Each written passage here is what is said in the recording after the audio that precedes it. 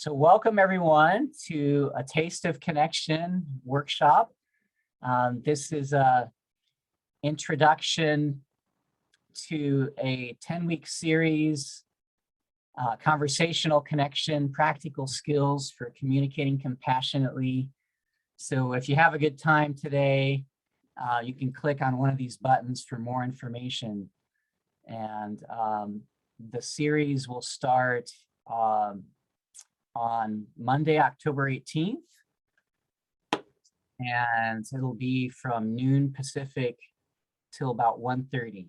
So if you'd like to try it out, it's the same Zoom as what we're going to be using today. So it'll make it easy for you to join.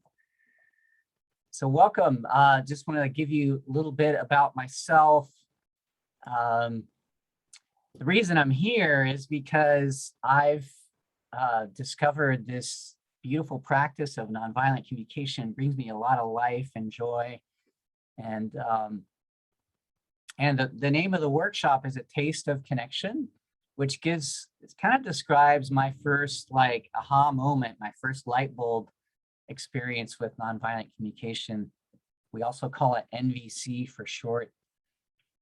And I actually signed up for a course, not really knowing what I was getting into after transitioning from a long-term relationship. But the teacher was offering, to learn connection skills and how to communicate with empathy and all that. And, like the first year, it was totally new to me. I was really good at math and science, but the whole feelings and empathy was not taught to me. So it was brand new stuff. And, a year and a half went by, and a lot of the concepts are really difficult. And my teacher encouraged me to put feelings and need sheets on the refrigerator so that I could, figure out the words. But it didn't really land until one day, like a year into it, I went up to my teacher and I invited him to go to my church. So back then I was like going to this community on a regular basis, and he asked me to describe it.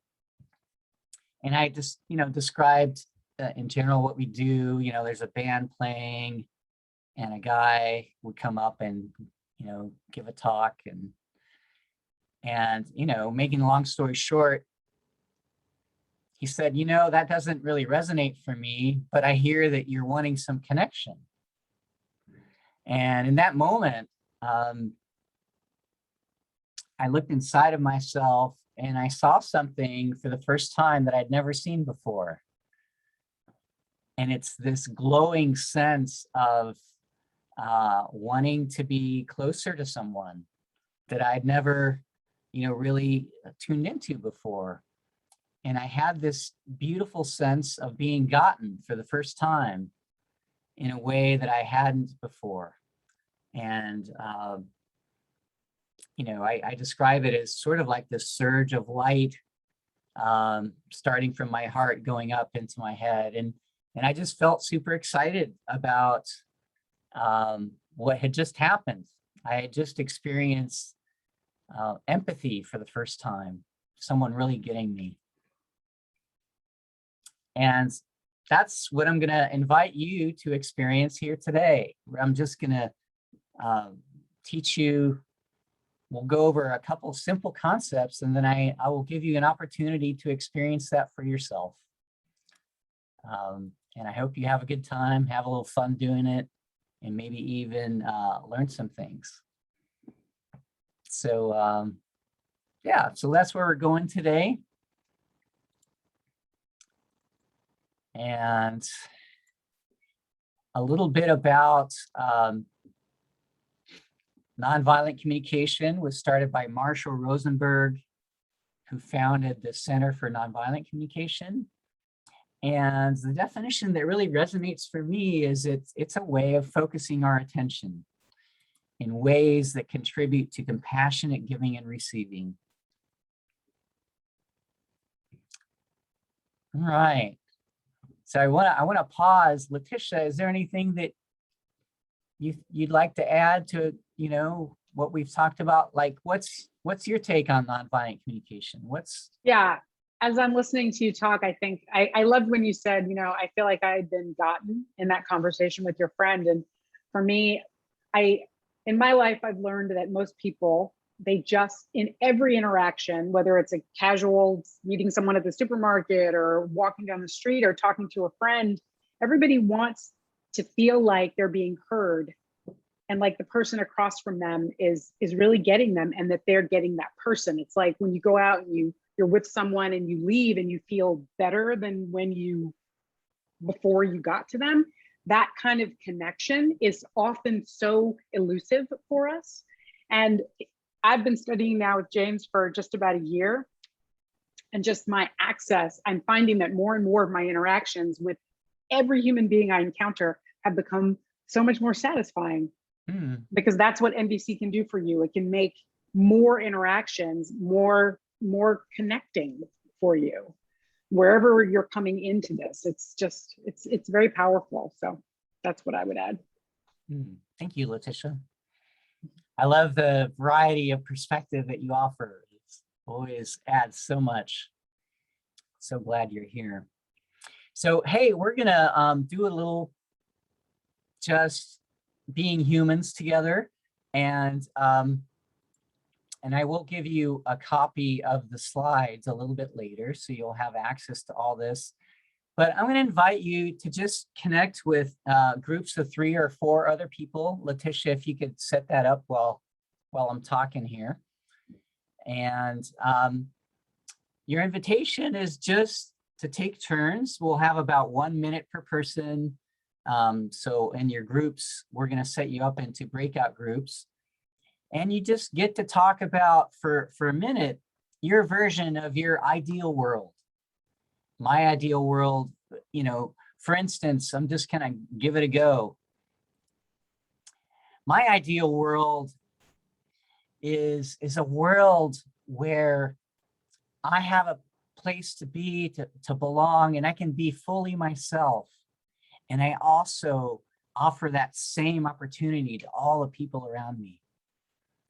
And so people get a chance to be themselves. I get to be myself. I get a sense of belonging. And there's also a sense of interdependence. Like, we acknowledge that we need each other in the village. And so in my vision of the ideal world, there's a village where we're caring for each other and watching out for each other. And there's also place for me to have my own little space to be myself and be alone, because there are times when I need solitude and to reconnect. And there's also community spaces where people can come together and talk and maybe even play chess or play tennis or something like that. So that's sort of a snippet of my ideal world. And well, I'll give you a little bit more. And there's an efficiency of living in a village that not everyone has to have their own toolbox, that we can share tools and maybe lawnmowers and stuff like that. And everyone has a home and enough food to live and sort of like this minimal standard of living. And we're helping each other build houses and stuff. So anyway, there's a snippet of my ideal world. So I'm going to invite you to talk about your own version of your ideal world in small groups of 3 and 4 people. And I'll be sending out messages for each minute so that you know that your time's up. Please, be conscious of the time so that other people in your group can share as well. So Letitia, do we have those groups set up? We do. How many minutes per person? I was thinking 1 minute to sort of like get things started, but 1 minute per person. And then we'll also give an extra minute to wrap up. So it'll be 1 minute to start. So it'll be 6 minutes total. Great. All right. All right. So go and have a little fun talking about your ideal world. What does that look like?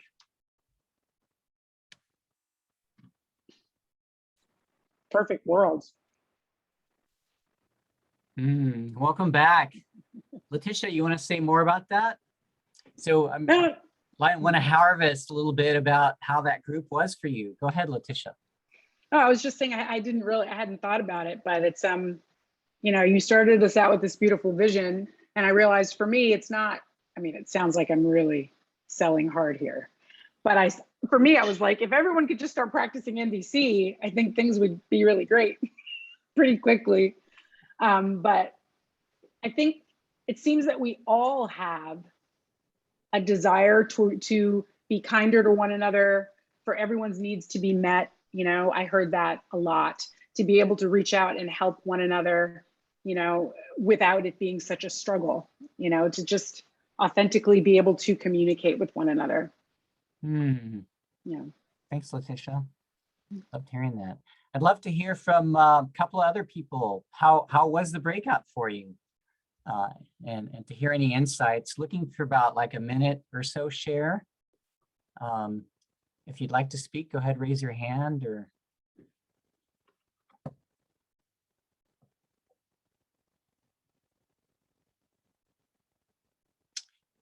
all right, we'll do it a different way. Okay, Melissa, go ahead. How was that for you? It was really good. I only have like one piece of feedback. We had 4 people in our group, so not everybody got a chance to speak. So maybe a little bit more time in our breakout group would have been great. But we talked a lot about kindness towards ourselves, to others, and to the earth or environment. I loved that perspective, and that came from one of the ladies in our group. Respecting others, and then also setting boundaries. So I thought that was really awesome, because I think part of connection is, you know, from your heart, but I feel like there's a limited, or you got to also take care of yourself. So you need to set boundaries in order to continue to pour out and show your love for others. So I loved that piece, and that came from Chang. But she got kind of cut off because we had to come into the group. But I'm still trying to learn how to really set boundaries too, and what that looks like. Thank you. Thank you, Melissa. And that matches my experience too, is I love community and togetherness, but I also need my own sense of autonomy and space to myself. All right. I'd love to hear from at least one other person. Samir, go ahead. You have the floor. Yes, it was a simple observation, but I just realized that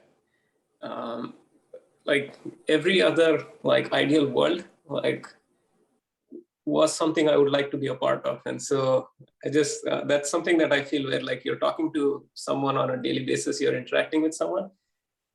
There is such a strong commonality, like even though we are such different people, like the worlds which were articulated, I think we all have the same vision, but I don't know where it collapses. So the world we are in is the world we are in, but everyone's ideal world is something I realize like I would love to be a part of it. Thank you, Samir, for sharing your vision for the world. I didn't really share my vision, but I just said yes. I would like to be everyone's. Maybe sharing your longing that you'd like to be in that world. Yeah. Yeah. And maybe I'll just share a little bit about, you know, why I chose that topic. And it's kind of foundational because we're focusing on what it is that we want. So we're focusing and moving towards, you know, in this exercise, I set it up so that we could just talk about the world that we'd like to live in. And the more we think about and show up in that world, the more it'll become true. And that goes along with our practice of nonviolent communication, because as we talk about needs, universal human needs, that desire for community or desire for autonomy and space to myself, that's an energy that all of us can relate to, right? So speaking from the heart, and that's an essential element of our practice. And we'll actually go in a little bit more detail as to what that looks like. But being clear with the energy inside of us that does have a longing for togetherness, or for peace and harmony and mutuality. So I see a hand is up. Eleni, would you like to speak? Yeah, thank you, James. Would you speak to what the nonviolent communication is speaking to? Like, what's violent about our communication? Is it the judgment, criticism, and blame, or Yes. is it bigger than that? It's that, yeah. I assumed, but I just wanted to know. Yes, and thank you for asking, because a lot of people are confused about the violent part of nonviolent communication. And just like Eleni pointed out, in our thinking, we can be violent to ourselves, through our judgments, and violent towards others in our thoughts and our words. And of course, there's physical violence, but usually the physical violence comes from the violence that you have inside. So it's just a reflection of that. And what I love about this practice is it gives us a window into what's going on inside, right? Is so we're a little bit more explicit with our thoughts, our feelings, and our needs. And of course, using requests to ask for what we want.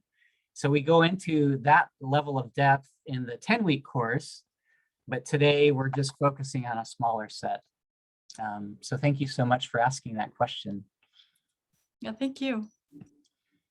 And all right, so we're right on schedule. It's 10:30, so I say we move on to the next part.